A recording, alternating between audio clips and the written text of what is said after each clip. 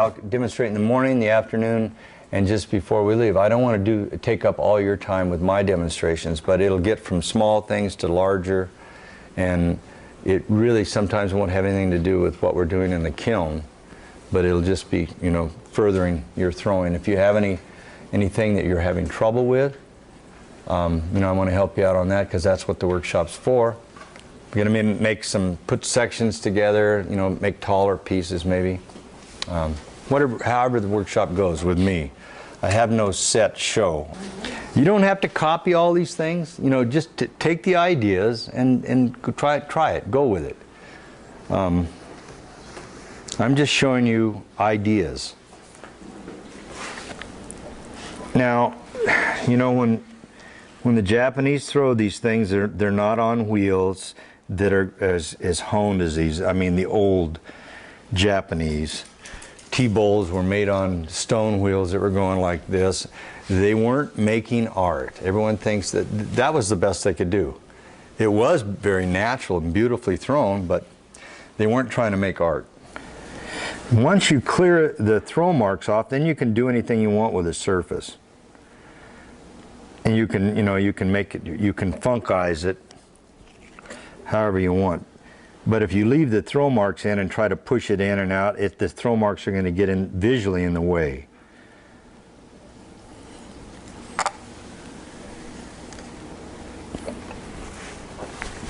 You can just have something that has a little rhythm to it. You know, it's not something you just put a tool in and make it go up the side like this, because that'll happen. It's sort of, I'm going to cut this top so that it has a little bit of undulation. So when I trim it, I can do the same thing. But I'm going to come in, let's see.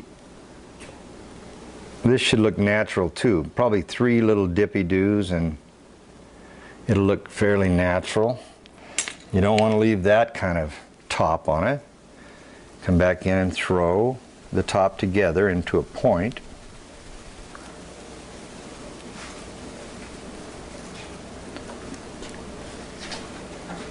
And you don't want something that's so thick that you can't get your lip around it either. And then the ShamWow smooths it. You can use anything you want. If you like a blanket better or something, then that's cool too. I'll probably actually slip this piece. Yeah, I like hanging up things like that, just making it look a little natural, a little stone-like even.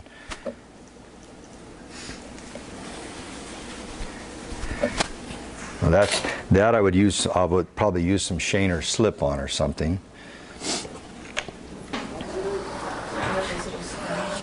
You never cut B-mix or porcelain off of that monofilament. You never cut it off its base, because it just reseals itself. So you have to just keep cutting it and cutting it. If you're going to cut it with a monofilament, you have to do it twice. And see how that's even kind of attached itself again. Now that piece will look real nice after it's trimmed and a little slip on.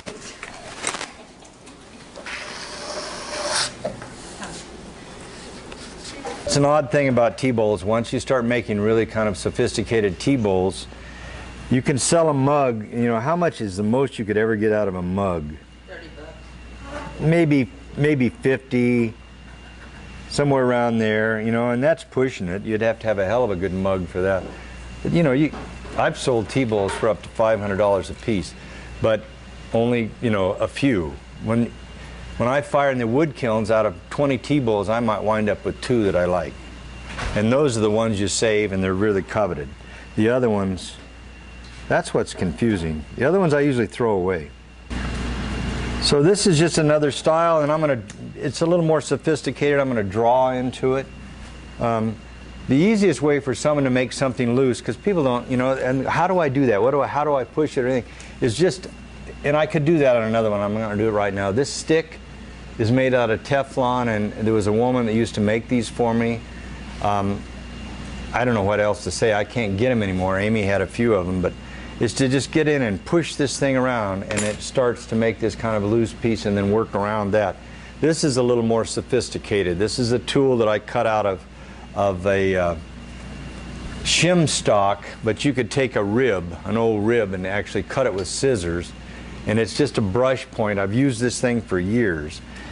And I just push it in the side and turn the wheel on.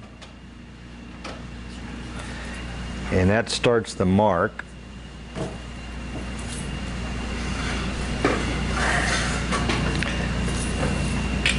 Makes a brush stroke, and it's really nice, very easy to control as long as you don't start shaking it and trying to make something like that.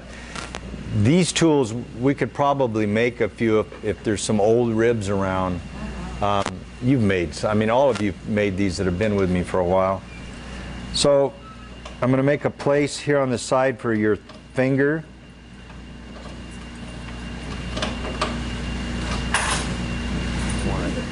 So then you can come around and accentuate some of these shapes maybe a little.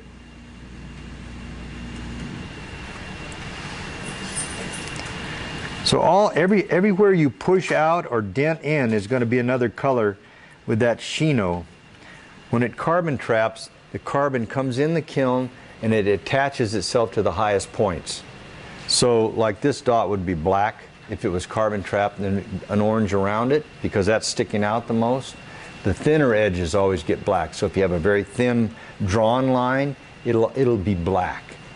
And if you work with slips, and I'll show you that I obviously can't do that right now. I can't work with the slip. It'll produce a whole different effect. You just don't want to get carried away with too many little dots and dashes.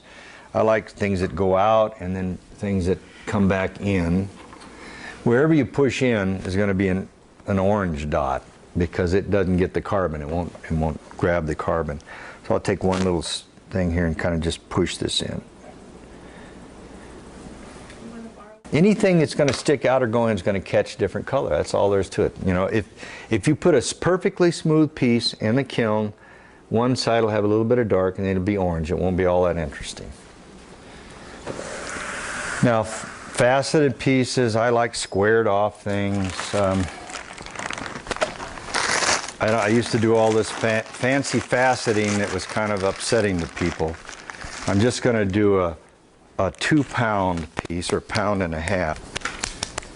And I'm going to make it very thick so I can facet it 8 times and it'll give you a really nice kind of squared off piece. We have a really beautiful fluting tool from Mike Sherrill, but it didn't get here in time because it was so popular that he sold. No, we're talking about this new fluting tool he's got. It sold, I think he sold 300 or 400 units in the first week that he started doing it. It's a facet's one thing, a flute is another thing. Right. Fluting tool cuts and it shines the back edge as it cuts. It's like a fingernail that you drag. Well, here it is. This is one of his first ones that he sent me. And the cups that it produces are really very, very beautiful if you know how to use it. He's such a genius that he polishes this, so when you cut, it polishes in between. It doesn't give you a real chunky cut. So this one's going to be fairly thick, and then I'll just thin it out by cutting it.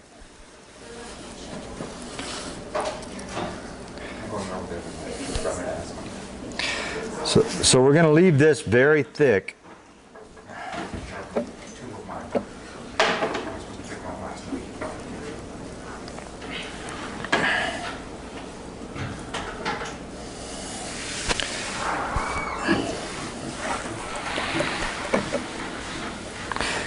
I'm going to leave it straight and thick, and then I'll cut it so it's square. I've now started faceting and then cutting in, fluting in between the facets, which is pretty nice. I love making cups. My favorite thing in the world is a large piece because it's an accomplishment. It's very substantial. But making cups for me, I'll never quit. And pulling a handle, that's one of the best things that you can learn. A nice handle. Okay, so there's just a simple fairly thick-sided piece.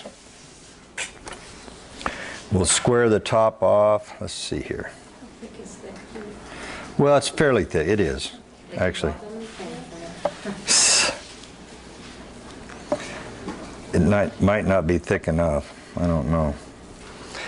So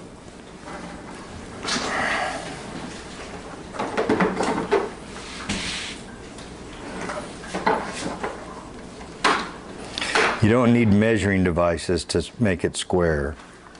You can tell pretty much what you've got.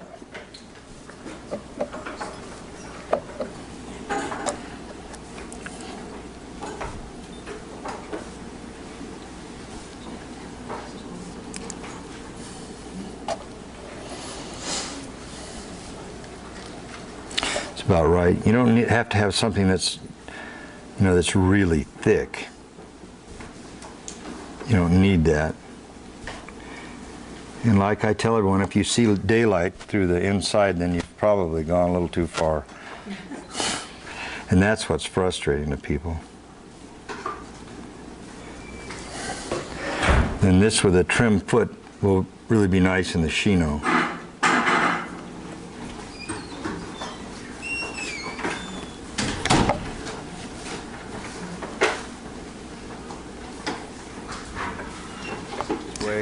Don't even worry about what's happening on the top. Don't try to smooth that off. You don't need to, because it's just going to produce something on the other side. So just take your sponge and take the heavy slip off. You come back and take care of all those sharp edges after it's trimmed. Don't even worry about what's happening down here, because that's something really natural. And when you trim this, you're probably going to trim up about that far, so it'll eliminate any of that off part of it. Yeah, they do actually. Yep. That's a lot. That's a lot.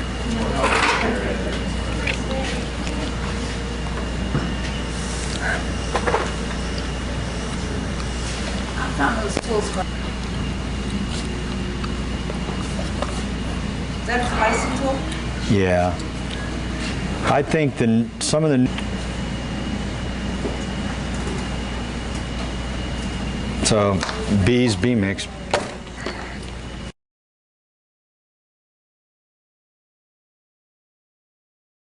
But this just bites right into this clay and makes the most beautiful cut. And you go right back into it. Now when you get through with these and they dry, you take a 3M little, what do you call those things that you use?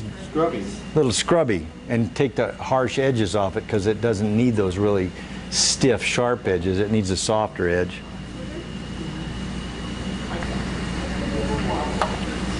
This is a little soft, actually, because when you get these little nerdlets on it, it's a little soft, but it actually is easier.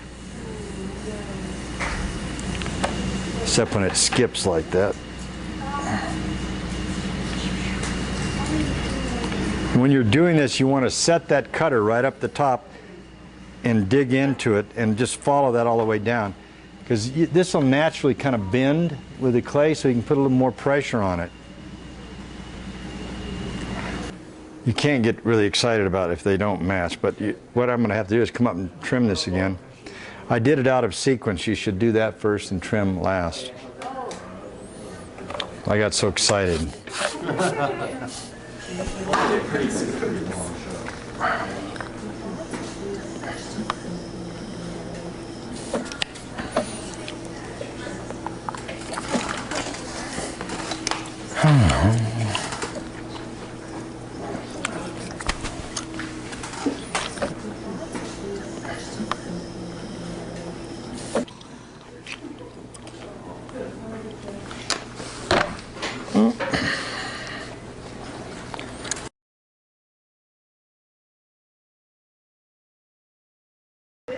But I got this idea from a collapsible camp cup, and I use the back side of my rib to make these lines.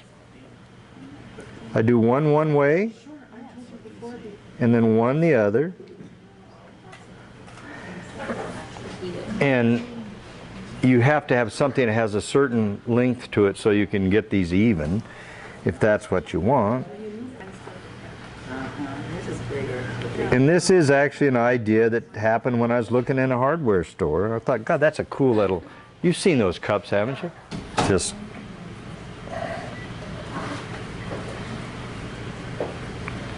God, get them across what? Use your finger, the Teflon Don.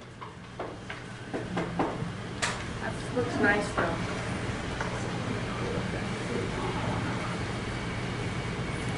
Just something different.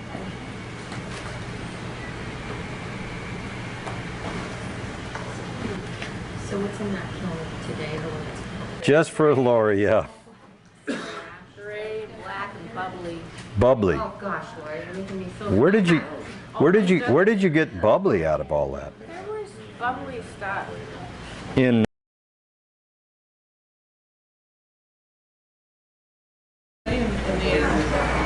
it's about 5 pounds, somewhere around there each.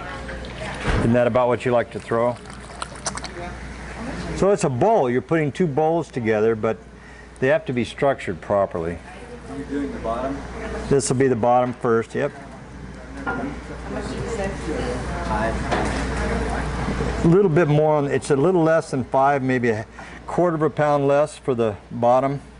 I mean for the top, because the bottom's got your clay you're going to have to trim. Your foot. And you really have to make these strong and make sure they're centered well, because by the time they get out there and you're starting to measure that lip, it's got to be pretty perfect. I have a hammer beside me. So you're not worried about making this lip till the end of it, that it fits into.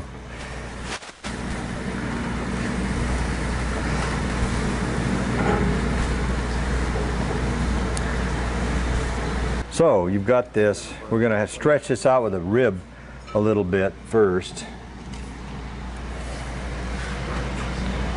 So I get the inside clean.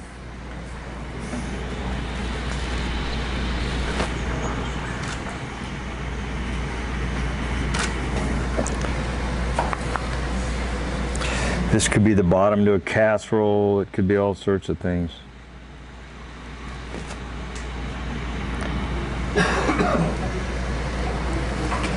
You get most of the throw marks off the inside, and then we'll shape it from the outside. And then I'll do the lip that it sets down into. The happiest day is when I accomplish everything and I work hard and I'm so tired I can't stand up, and I still feel that is the best thing in the world for me. Most people that drives crazy. Great. Okay, so what I'm going to do now is come in just below, maybe a line like that, and push it in with my finger, which will be the catch for this. You got to give yourself enough so that when that lid goes on there, you know, it really holds tight. It doesn't flop around. And you'll finish it off with a tool. But it's you're measuring the next piece from the outside of that so that it fits over. And when it goes like this, and then this, it's easier to fit. But if you try to make an egg that fits perfectly, that's the most difficult thing. And I used to make those, and that was stupid. Because you'd get one that'd be just perfect, and you get it out of the kiln. It with, you know, an egg that's off is not a good-looking thing at all. I thought that was the top. It is. I said a little less than the bottom. A little less weight. Than the bottom. Hey? Bottom. So now it's What? like the yo-yo. This is the top. I swear that you said. Really? I could have. I wrote it down, Tom. Maybe it's me. It could be. You think so? It's Melinda. I was wearing. One of the kids at Moore Park told me, I said, well, what do you have the prescription for? And he's, 18, 19. He has testicular pain. Testicular pain. I swear to God. When I come home stoned and my dad kicks me. And that was the worst pot in the whole world in those days. You'd have to smoke like 5 joints even you start to get high. Mexican. I love the name of this new stuff. You've got, shake a. Yeah, it gets, I might have to cut a little off this, probably too much. Yeah, it sure is. It's too tall, Ma. Yeah. With your, I've seen you do these with the copper or the soda. There's looks like little ridges from the trimming. Is that something you do? You know, I think that's quality. When you start to sand down a piece, you know, or take the little bumps off. It depends on what kind of glaze you're using, I guess. But Celadons really show everything. Every little dot and dash that you do, so you have to be very careful, I think.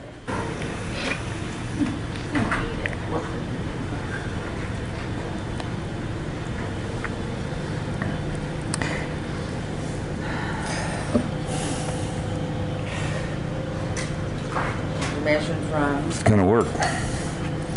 You measure from the outside of that? Yeah, outside out. Yeah, just like the other one. Mm-hmm. It's just two bowls. Do you fire that separately? Tom? No. Anything that's wide, you can't get away with it. You could if you had a perfectly honed kiln shell, but yeah. I don't. So you fire, you bisque? I grind those. I bisque them together. Actually, if they don't fit, you twist them in the greenware stage and then brush them off. And then what about when you glaze then? I mean, you can't. You have to wax. You said you wax them and then fire them together with, okay. But I put aluminum, everything with porcelain, you have to, with the lid, you have to put a tablespoon of aluminum hydrate in with a pint of wax and mix that in so they don't stick. Because lids, those porcelain lids stick so badly. Have you ever had one stick and try to get it off? You know, and you know, there's all sorts of methods. We always used to be pounding on these things for like 2 days later. Oh, yes. Pretty easy to fit. If this is a little bit big, which I think it is, just a touch. Not bad, because if I'm going to glaze those two, but I won't, I'll glaze these together. You realize that you can do one or two things. If this is too big, then you just cut down into this a little bit because it gets bigger the further you cut it down and it'll fit better. So I'll do that just for a demonstration. Art mug, art chip and dip. Sponge holder. Yeah, art sponge holder, art sauce container, but You could write a how to make. When you get the kid sticks his Right. finger in there. yeah, Just go swap the that's called double dipping. So where you got the whole set? Yeah, the set of 50, like 20 bucks a carpet. With an $8 off coupon. Was it? Yeah. You didn't use it. It's a set of 50 of diamond tips? Yeah. Yeah, Really? They're round, point. all different ones. You know, for the soda fire ones, I have to have those because I don't know how this foot relates to anything on this except it should be, you know, small enough, large enough to hold it without warping the thing, and small enough to give it a nice lift. So inclined. Or did I show you the one that he did for me? Did he? No. So he brought that last night? Yeah. Eric was pretty happy with the one. Really? Did you go out to his place last night? No, Phil Came by. Phil came by. Oh, he came here.